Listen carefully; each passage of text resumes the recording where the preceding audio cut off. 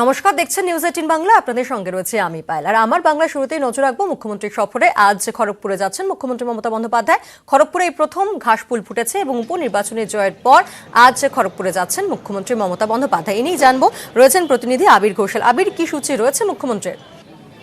দেখো, আজকে খড়গপুরে দুপুরবেলা 1টা নাগাদ মুখ্যমন্ত্রী পৌঁছানোর কথা এবং খড়গপুরে যে স্টেডিয়াম মাঠ রয়েছে সেখানে তিনি সভা করবেন। খড়গপুর ভীষণ রকম ভাবে গুরুত্বপূর্ণ। তার কারণ হচ্ছে যে আমরা জানি যে উপনির্বাচনের যে ফল, সেই উপনির্বাচনের ফলে তৃণমূল কংগ্রেস এই আসন প্রথমবার এখান থেকে ছিনিয়ে নিল। একটা সময় খড়গপুর কংগ্রেসের দখলে ছিল, পরবর্তী সময় আমরা দেখি যে 2016 বিধানসভাতে বিজেপি আসনে এবং সেক্ষেত্রে দাঁড়িয়ে বিজেপির রাজ্যের দায়িত্বপ্রাপ্ত দিলীপ ঘোষ তিনি আসন থেকে জয়লাভ করেছিলেন। 3 বছরের মাথায় সেই আসনই বিজেপির হাত থেকে ছিনিয়ে নিতে পেরেছে তৃণমূল কংগ্রেস। এবং এমন একটি অবস্থাতেই নির্বাচনটি হয়েছে যখন লোকসভা নির্বাচনে তৃণমূল কংগ্রেস যে ফল আশা করেছিল সেই ফল তৃণমূল কংগ্রেস করে উঠতে পারেনি। এবং এই উপনির্বাচনে দাঁড়িয়ে তাই খড়গপুরের জয় এবং একই সঙ্গে বাকি যে আসনের দুটি জয় ছিল তা তৃণমূল কংগ্রেসকে বাড়তি সুবিধা অনেকটাই করে দিয়েছে। মুখ্যমন্ত্রী তিনি নিজেই ইতিমধ্যে নবনির্বাচিত খড়গপুরের বিধায়কের সঙ্গে দেখা করেছিলেন এবং যেটা বক্তব্য যে খড়গপুরের যে বিভিন্ন যে কাজ, বিভিন্ন প্রকল্প সেগুলোকে ঢেলে সাজানোর জন্য ইতিমধ্যেই শুরু করা হবে। সেই কাজ ইতিমধ্যেই যে শুরু হতে চলেছে সেই ইঙ্গিত বা প্রশাসনিক সভা থেকে একাধিক প্রকল্পে করবেন।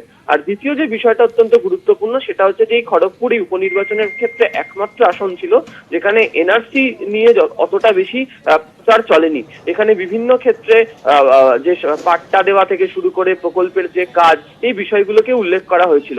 ফলে এই আসন ছিনিয়ে নেওয়া তৃণমূলের ক্ষেত্রে রাজনৈতিকভাবেও অনেকটা তাদের ক্ষেত্রে সুবিধাজনক। ফলে আজকে মুখ্যমন্ত্রী সভা একদিকে প্রশাসনিক এবং রাজনৈতিকভাবে গুরুত্বপূর্ণ হতে চলেছে তার এই সফরে। ধন্যবাদ আবির। আমরা একবার শুনবো সদ্য উপনির্বাচনে জয়ী বিধায়ক খড়গপুরের প্রদীপ সরকার, তাঁর বক্তব্য। কালকে একটা সরকারি অনুষ্ঠান আছে, মাননীয় মুখ্যমন্ত্রী মমতা বন্দ্যোপাধ্যায় খড়গপুর শহরে আসছে। তাছাড়া খড়গপুর শহরে লাস্ট বিধানসভা নির্বাচনে মাটি মানুষের সরকারের নির্বাচনে আমাদেরকে জয়লাভ করিয়েছে, তো উনি ধন্যবাদও জানাবেন। পুরুলিয়ায় ধর্ষণের অভিযোগে দুজনকে গ্রেফতার করল পুলিশ। স্কুল ছাত্রীকে ধর্ষণের অভিযোগে ধৃত। প্রথমে পুলিশি নিষ্ক্রিয়তার অভিযোগ করেছিল নির্যাতিতার পরিবার। নিউজ 18 বাংলায় খবর সম্প্রচারের পর সক্রিয় হয় পুলিশ।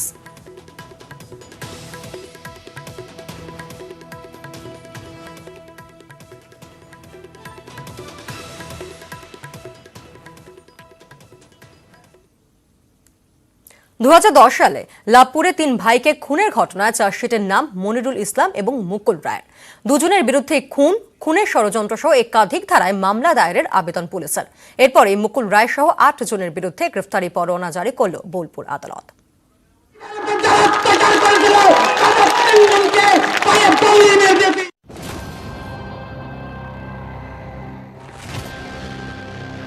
লাভপুরের সালিশি সভায় 3 ভাইকে পিটিয়ে মারার ঘটনা, মুকুল রায় সহ 8 জনের বিরুদ্ধে গ্রেফতারি পরোয়ানা জারি করল বোলপুর আদালত।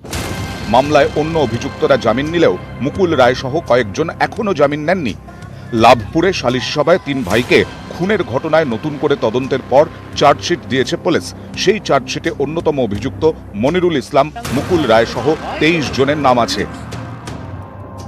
লাভপুরে খুনের ঘটনায় নতুন করে তদন্ত চেয়ে হাইকোর্টের দ্বারস্থ হয় নিহতের পরিবার। চলতি বছরের 4 সেপ্টেম্বর পুলিশকে নতুন করে তদন্তের নির্দেশ দেয় কলকাতা হাইকোর্ট। প্রথম তদন্তকারী অফিসারকে দিয়ে তদন্ত করানোরও নির্দেশ দেওয়া হয়। সেই তদন্ত শেষের পর 4 ডিসেম্বর বোলপুর আদালতের চার্জশিট জমা পড়ে। 302 খুন, 201 তথ্য প্রমাণ লোপাট, 120 খুনের ষড়যন্ত্র, 307 খুনের চেষ্টা। 302 খুন, 201 তথ্য প্রমাণ লোপাট, 323 অসৎ উদ্দেশ্যে হামলা।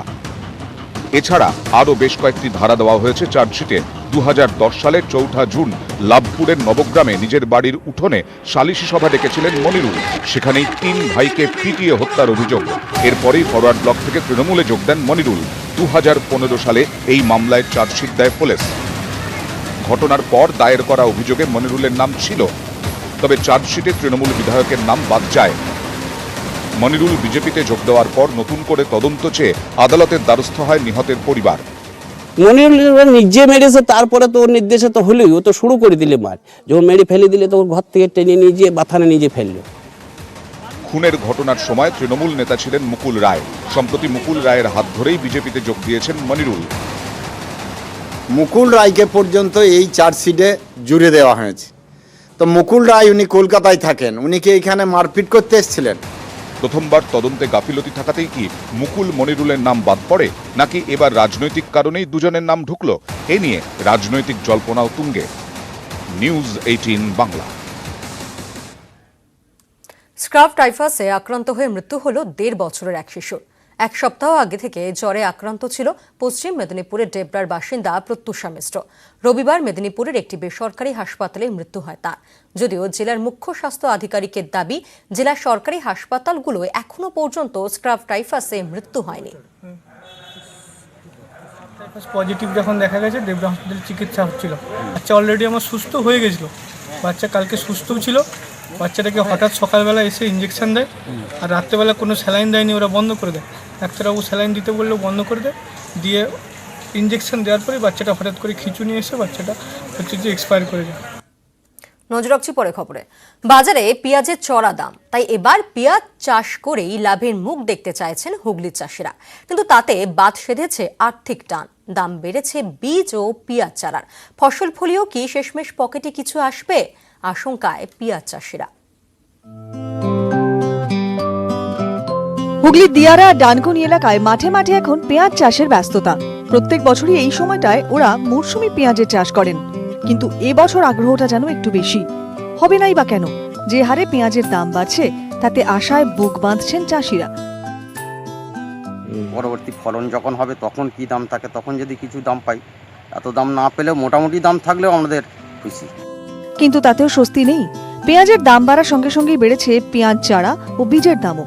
গত বছর যে পেঁয়াজ বীজের দাম 300 টাকা ছিল, এই মরশুমে সেটাই কিনতে হচ্ছে 1200 টাকা দিয়ে। পেঁয়াজ চারার দামও 1 লাফে 4 গুণ বেড়েছে।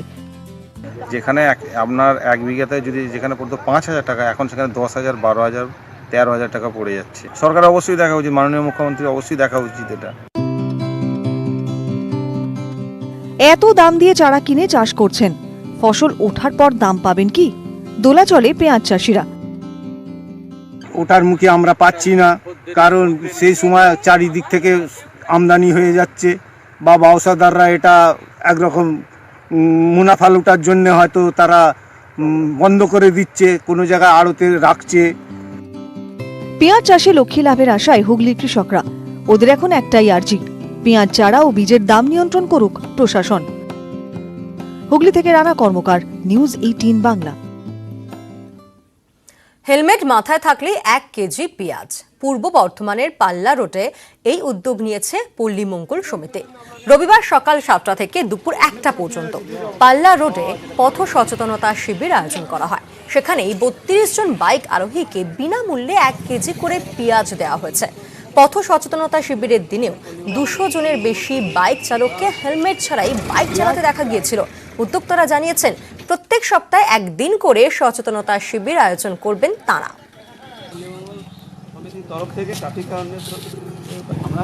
বর্তমানে ভালো প্রচেষ্টা, এটা ভালো লাগলো।